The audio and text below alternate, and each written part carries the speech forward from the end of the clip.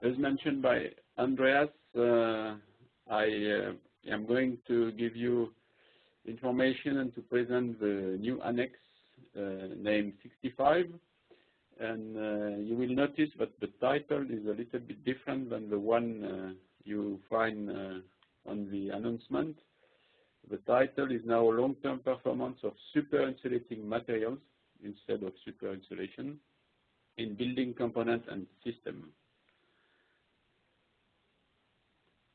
As it has been already mentioned by previous speaker, the building sector is the largest energy user, and so therefore there is a huge potential of energy saving in this sector.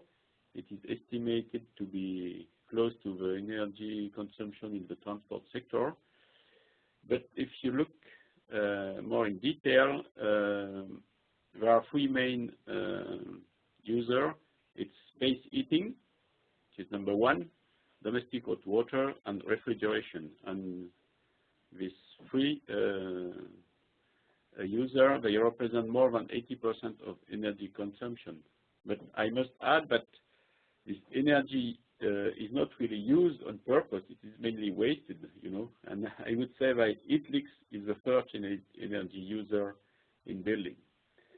So it's why thermal insulation appears to be the most cost-effective carbon abatement measure.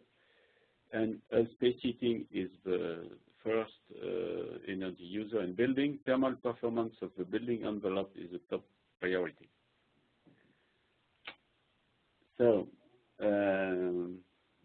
at this moment, we have in front of us in building sector two main challenges.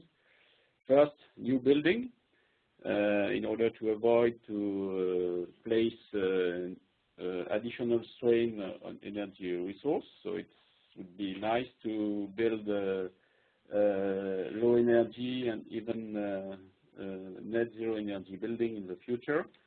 But this challenges, the weight of this challenge is not so high. You know, you notice it will represent only 10 to 20% of additional energy consumption, as the rate of new building is around 1%.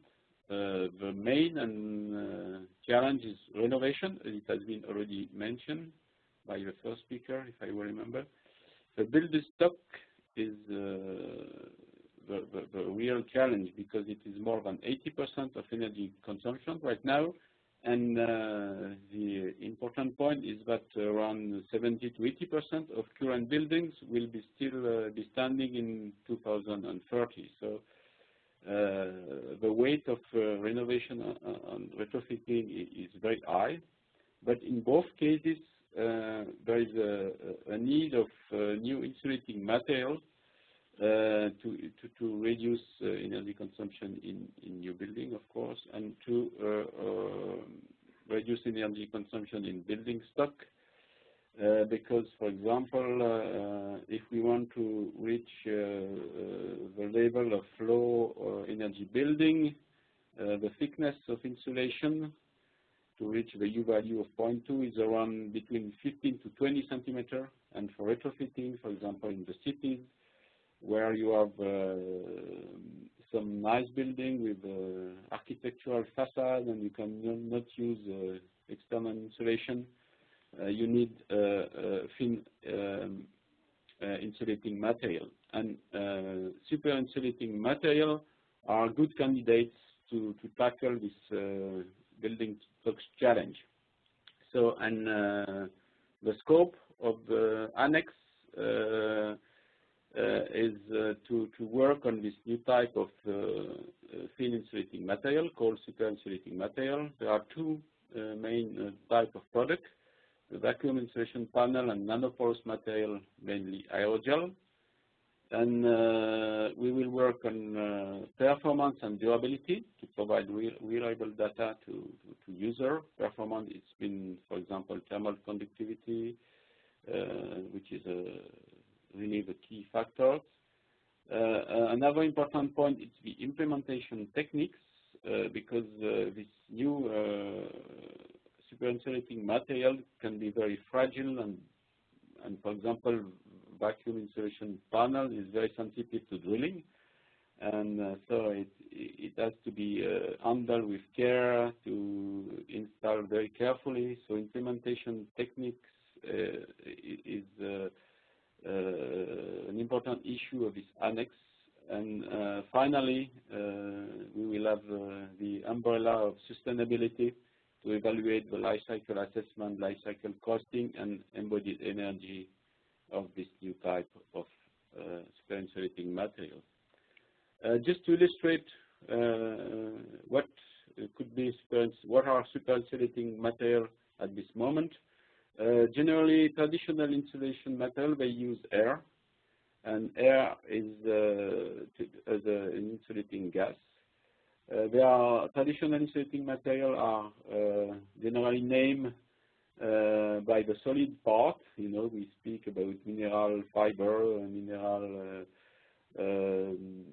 made with glass or rock, or we speak about polystyrene foam and so on. But the main important part is the gas inside. And the challenge to reach superinsulating material is to reduce the thermal conductivity of the gas entrapped in the fiber mat or in the cells.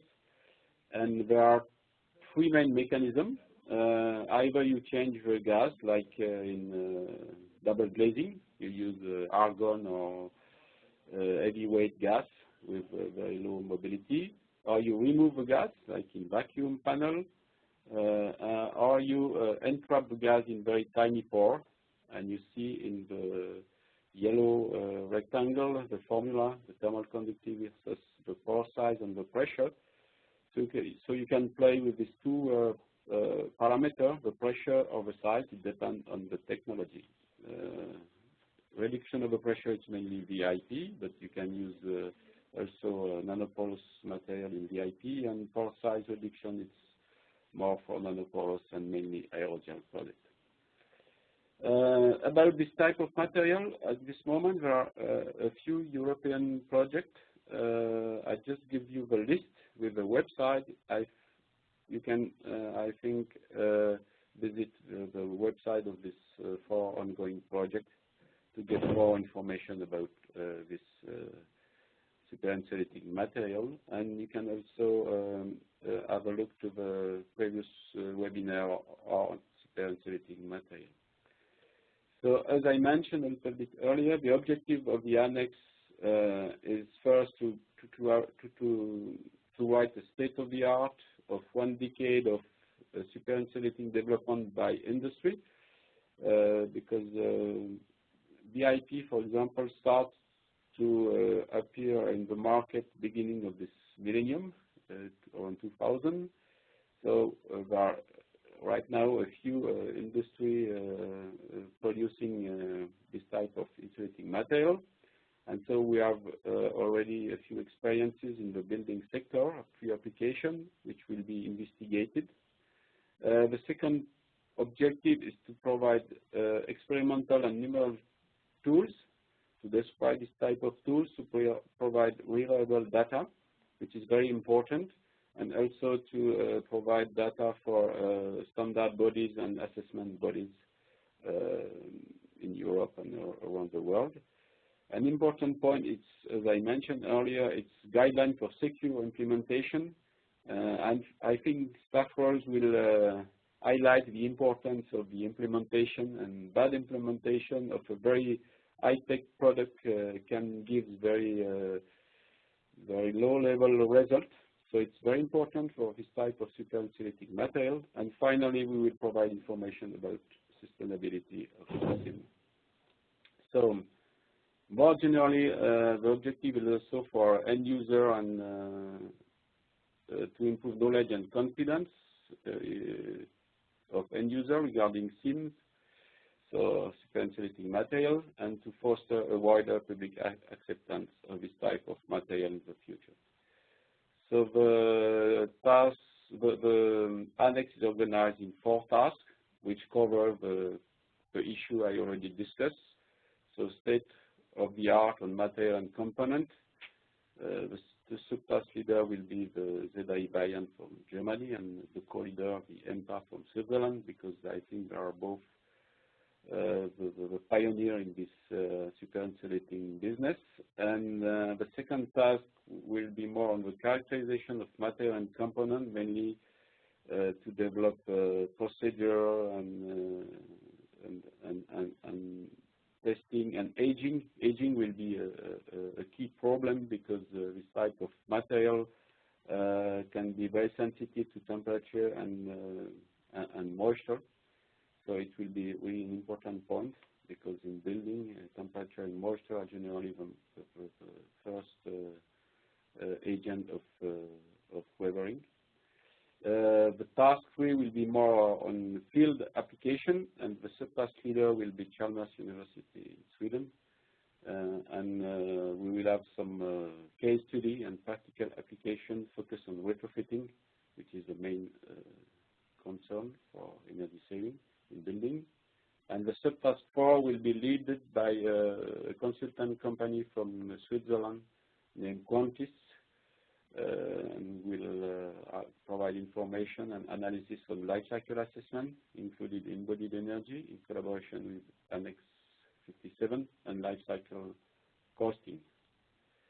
The deliverables will be state-of-the-art recommendation on characterization method in lab, on site, and we will provide this information to standard and assessment bodies. So the guideline for implementation method and sustainability analysis. The target audience is, of course, the standard bodies and assessment bodies, the building research community, material and component manufacturer and supplier, engineering offices and consultants, building designer and software developers. They need information and reliable information of this new type of material. Of course, building contractors and energy providers. At this time, there are, I did not know the right number, but more than 10 countries which will contribute to this annex. You see the list in this slide. Israel will be an observer because they are not member of the IEA EBC implementation agreement. And Netherlands, they participate to the expert meeting, but they did not confirm their contribution. Just the time schedule. So I just give you a history of the superinsulating material since the former Annex 39 on more focus on VIP. So we are at the end of the preparation phase, and the working phase should start mid-2014, and so the annex will end in 2017. And that's it for my presentation. Thank you, and you are welcome to contribute. I don't know the audience exactly, but if there are some institute, industry interested by this annex, please send me a message. Thank you.